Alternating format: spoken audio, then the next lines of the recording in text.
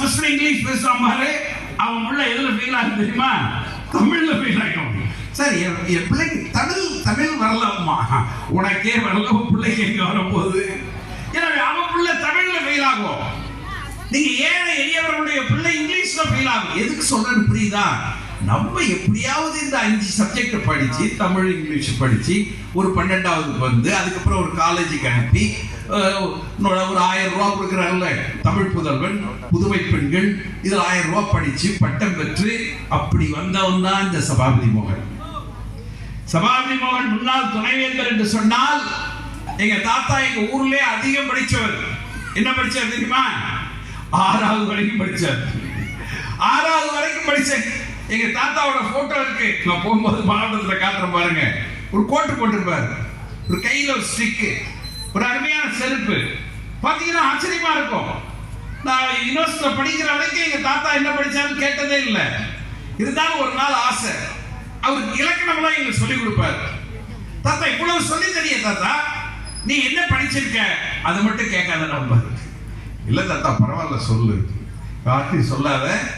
6th form, அப்பெல்லாம் standard சொல்ல மாட்டோம், 6th ஃபார்ம் படிச்சு. எப்படி தாத்தா உனக்கு இங்கிலீஷ் தெரியுது? எங்க தாத்தா இதொன்னு வெக்கம் இல்லை.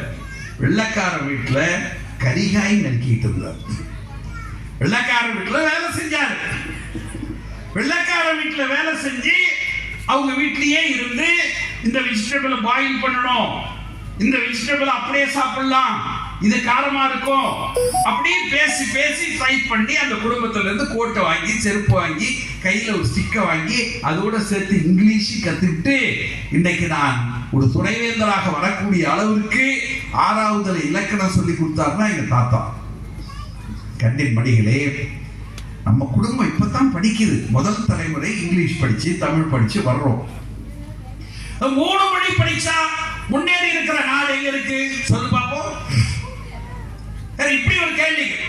பீகார் இருக்கு, உத்தரப்பிரதேசம் இருக்கு, நிறைய செய்திகள் இருக்கு. நீங்க எவ்வளவு நேரம் ஆசையா கேட்கறீங்களோ அது வரைக்கும் பேசலாம்.